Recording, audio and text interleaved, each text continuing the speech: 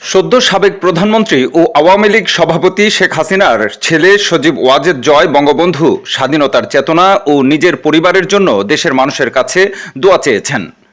তিনি আহ্বান জানিয়ে বলেছেন, আগামী 15 আগস্ট শান্তিপূর্ণভাবে ধানমন্ডি 32 নম্বরে গিয়ে ফুল দিয়ে আসবেন। দোয়া করবেন বঙ্গবন্ধুর জন্য, স্বাধীনতার চেতনার জন্য, আমার পরিবারের জন্য। এই হলো আপনাদের প্রতি আমার আহ্বান। রোববার রাতে সামাজিক যোগাযোগ মাধ্যম ফেসবুকে এক ভিডিও বার্তায় তিনি এসব আহ্বান জানান। ভিডিও বার্তায় জয় বলেন, আপনারা জানেন, আপনারা দেখেছেন, জাতির পিতা বঙ্গবন্ধুর ঐতিহাসিক 32 নম্বর বাসা পুড়িয়ে ফেলেছে।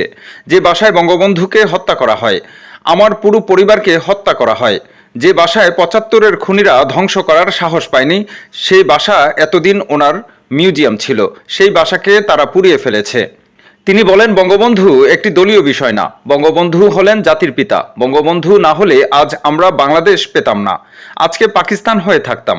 সামনে 15 আগস্ট, সেই কালো রাত, যে রাতে বঙ্গবন্ধু ও আমার পরিবারকে হত্যা করা হয়।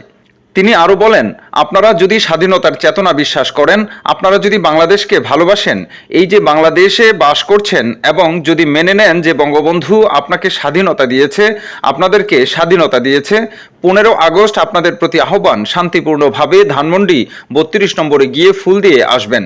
দোয়া করবেন বঙ্গবন্ধুর জন্য, স্বাধীনতার চেতনার জন্য, আমার পরিবারের জন্য।